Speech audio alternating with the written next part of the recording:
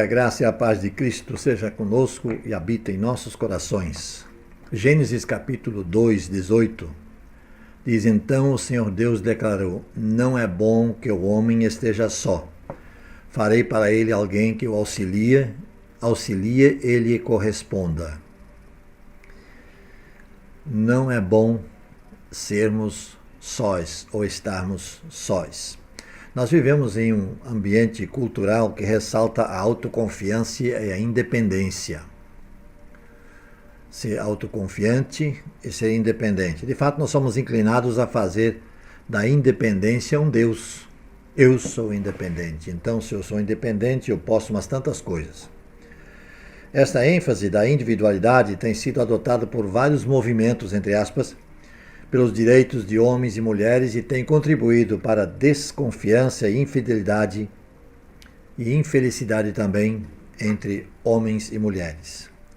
Conquanto um certo grau de independência seja uma coisa boa e até necessária, não será difícil ver que Deus jamais pretendeu que os homens e mulheres fossem independentes uns dos outros, como a modernidade quer propor.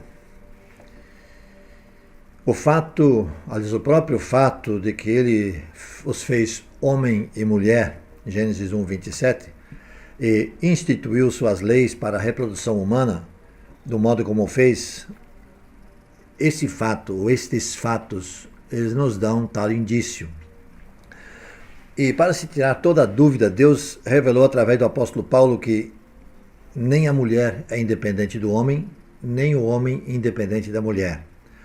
Porque como provém a mulher do homem, assim também o homem é nascido da mulher e tudo vem de Deus.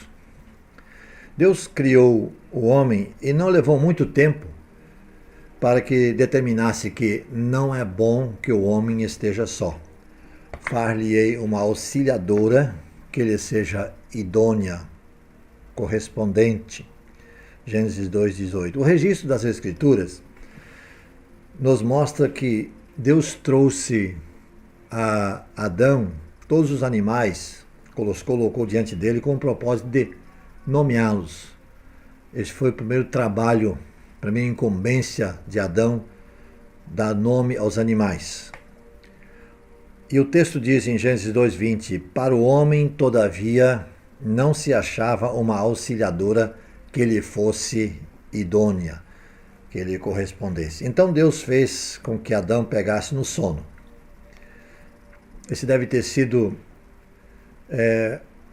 um ato até fácil de Deus, pois certamente a essa hora do dia Adão deveria estar um tanto quanto entediado. Aí então Deus disse: vá dormir. Enquanto Adão dormiu, Deus então fez aquela cirurgia, tirando uma costela e formando dela Eva e a trouxe a Adão. Quando Adão acordou para ver o toque final da sua muito boa criação de Deus, é claro, né? Não é por acidente, sem dúvida, não é por acidente que Moisés, que escreveu o livro de Gênesis, e Jesus tivessem a mesma percepção desse fato. Deus fez a mulher porque o homem necessitava de uma companheira adequada na vida. E diz assim: por isso deixa o homem pai e mãe e se une à sua mulher, tornando-se os dois uma só carne. Esse texto nós lemos em Gênesis 2, 24, e Jesus o cita em Mateus 19, 5. Jesus estava respondendo uma questão sobre divórcio quando usou esta prova.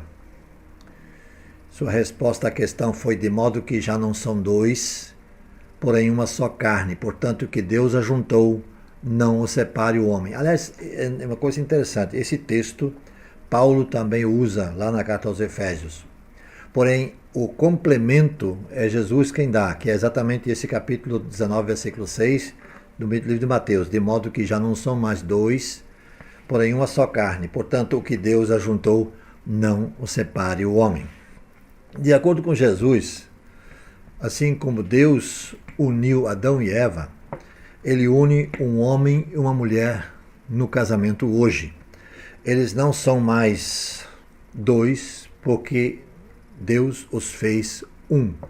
Portanto, um homem divorciar-se de sua esposa, tendo sido casados no Senhor, eu quero destacar muito bem isso. Um homem divorciar-se de sua esposa, tendo sido casados no Senhor, é um tanto da violação da soberania de Deus, como se Adão tivesse rejeitado Eva. A única exceção que Jesus ofereceu a essa regra era no caso em que a separação fosse provocada pelo pecado do adultério. O único escape que Jesus está dando. Ainda que Adão fosse um homem sobre quem Deus disse que a solidão não era boa, isso também é verdadeiro quanto às mulheres. De fato, um rodapé nesse texto, na escritura, diz o seguinte, que a palavra homem, naquele versículo, Gênesis 2,18, seja traduzida da palavra hebraica Adam. Adam, que é definida como ser humano. Assim, tivesse Deus decidido fazer a mulher primeiro, ainda haveria necessidade de um parceiro adequado para ela. Estamos focalizando a necessidade humana do ponto de vista masculino. A conclusão a que o Criador chegou é que um homem precisa de uma mulher e a mulher precisa do homem. Essa verdade é universal, em um sentido, pois nenhum homem pode nascer neste mundo sem uma mulher, como não há nascimento sem um homem. Ainda que a vasta maioria se case, certamente não é errado se um ou outro decidir não fazer isso. Tanto homem quanto mulher. Jesus é o exemplo mais óbvio desse fato, de alguém que não tomou esposa. E prova, além de qualquer dúvida, que o celibato pode ser uma escolha nobre. Numa ocasião, quando os discípulos estavam para concluir que é melhor não casar, Jesus explicou que o celibato não é para todos. Ele revelou lá em Mateus 19, 11 a 12, que há 3 tipos de homens que podem aceitar o estilo de vida não convencional do celibato. Fala daqueles que nascem eunucos. Ele está incluindo não somente aqueles que são incapazes da função sexual por causa de um defeito de nascimento, mas também aqueles que não têm desejo de relações sexuais. Ele também se refere àqueles que são feitos eunucos pelos homens. Desde os tempos antigos, o homem tem sido capaz de tornar cirurgicamente um homem inadequado para o casamento. Então há aqueles que se fizeram eunucos, uma frase que se refere àqueles que por força de vontade escolheram uma vida de celibato. A solidão não é recomendada, não faz bem, não traz realização. O ser humano é um ser social. Deus, já no ato da criação, observou isso e providenciou os meios. Então o Senhor declarou: não é bom que o homem esteja só. Farei para ele alguém que o auxilie e lhe corresponda. Gênesis 2, 18.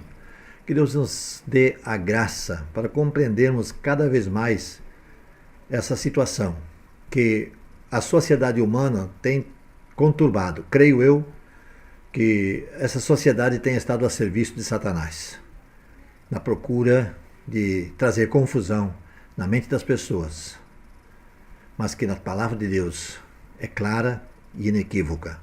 É essa que nós queremos seguir. Senhor nosso Deus, abençoa-nos e guarda-nos, protege-nos e faz com que a Tua palavra possa falar muito alto aos nossos corações.